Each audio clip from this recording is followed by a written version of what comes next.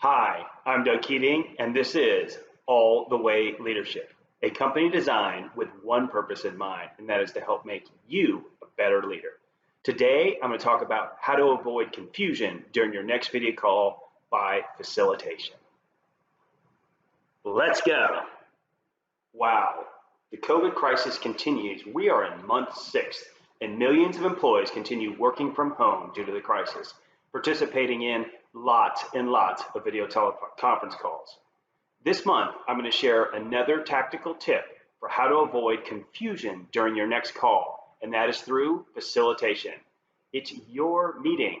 Actively facilitate your next call.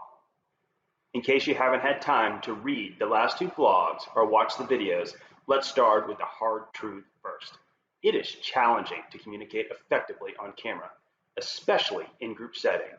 3 common scenarios happen during many video calls that can create communication challenges. First, awkward moment. Someone says something that everybody hears and you're not sure what to do next. Second, boredom. No one's talking because everyone's distracted and not paying attention. Hard to get stuff done if everyone's zoned out. And third, what I plan to address today is confusion. Multiple people talking at the same time. People not sure when to chime in. Hard to hear, much less follow or understand what to do when this happens.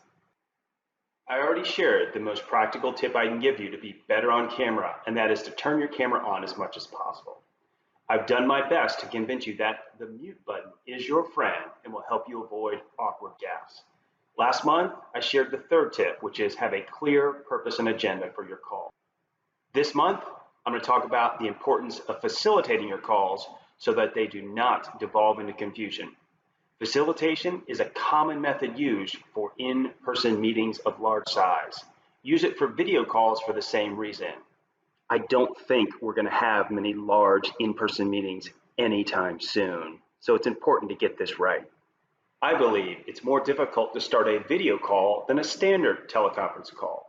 For a voice-only conference call, you can normally bring everyone onto the line at the same time.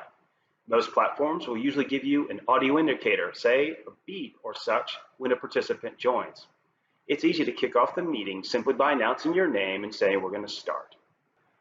In contrast, the first few minutes of a video call can be confusing. Participants usually join at different times. Some are going to use their cameras, some of them aren't. Some may announce their presence or say, hey, I'm on the line. Others will say nothing at all. Stealth mode. It is rare that everyone is ready to go right away. If it's your meeting, start facilitating when you join. Let everyone know when you will start the conversation and then announce it's time to begin. Given the current COVID crisis, I think it's actually okay to let people banter a little bit before you begin. Some of them may be happy just to see other people. It is not uncommon that there are people who are spending all day alone at home on video conference calls. So they may be thrilled and be like, oh, Bob, I'm so glad to see you. Let some of that happen. It is okay. As I talked about last month, never host a meeting that does not have a purpose. Be sure to announce what it is. This is particularly true for one-off meetings when you have participants who do not meet on a regular basis. Simply say, hey, here's what we plan, here's why we're meeting and what we plan to do. A simple explanation is effective. If it's your meeting, facilitate the call so that others can follow along. At a minimum, let everyone know the agenda and the general flow that you expect to follow during the call. Guide the discussion to ensure all topics on the agenda are covered and get the right amount of input from your participants. Don't expect people to know when to chime in. A lot of times, they're just not sure. If you're using slides for the discussion, pause at the appropriate time to let others make comments, ask questions, and provide their feedback. Your calls will get boring real quick if one presenter drones on and on while others struggle to pay attention, much less stay awake. Monitor your audience to recognize when they want to contribute to the meeting. Some collaboration platforms will either light up the person or there's even a raise the hand function when someone wants to talk.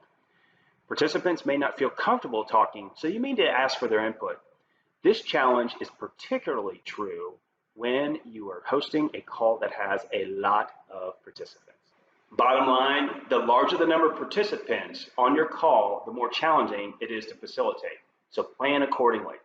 Anytime you have more than 10 people on the call, it may be difficult to guide a meaningful discussion.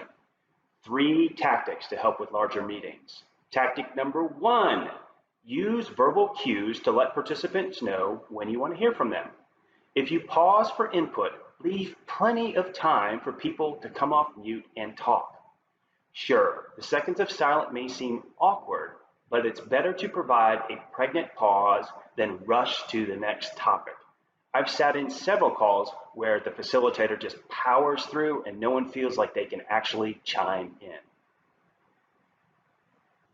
Tactic number 2, avoid trying to pack too much agenda into one meeting. I call this putting 15 pounds into a 10-pound bag.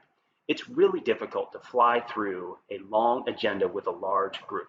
Consider breaking the agenda into multiple meetings or reducing the number of participants. Tactic number 3, leave a dedicated portion of the meeting for inputs from the audience. I've sat through many video calls that are scheduled for an hour and save practically no time for Q&A. For example, don't let your presenters talk for 55 of the 60 minutes and then try and power through question and answers in 5 minutes. Instead, stop the presentation at 45 minutes and allow 15 minutes for interactive dialogue. Trust me, your participants will appreciate it. Let's talk about the technology. Another technique to help facilitate video calls with a large audience is to use the chat function that many modern collaboration tools provide. At first, I was skeptical about allowing live chat during a video call, but now I am a big fan. It's an effective way to add a communication channel without disturbing the meeting. Simply let everyone on the call know that you will be using the chat function throughout. Chat allows participants to chime in without interrupting a presenter or talking at the same time as others. They simply type in their input and others can see it. The chat function is also a clever way to facilitate Q&A for a large audience during a presentation. Participants can type in their questions while the presenters are going. Participants can see the questions, and you can even have people answering it without interrupting the presenter. All right, let's talk about another pet peeve of mine, and that is make sure you finish on time to prevent confusion at the end of the call. If your call goes longer than planned, confusion may happen at the end. Most participants will not hang around if your meeting goes past the scheduled time. No, no, no. They will drop from the call and move on to their next activity. If several participants all drop at the same time, chaos may follow as you try to figure out who's even still on the call. End your call on time or even perhaps early. Yeah, I said it. You can end the call early. I cannot recall the last time in my career when someone complained that a meeting went shorter than scheduled. Man, I'm so mad that the 3-hour meeting we had didn't go longer. I mean, by hour 2, I was enthralled in the plot and couldn't wait to see how the thing ended. No one ever said that about a business meeting. Let me finish with the last word of warning. And that is, like many leaders, I've participated in hundreds of video calls during the last 6 months of the COVID crisis.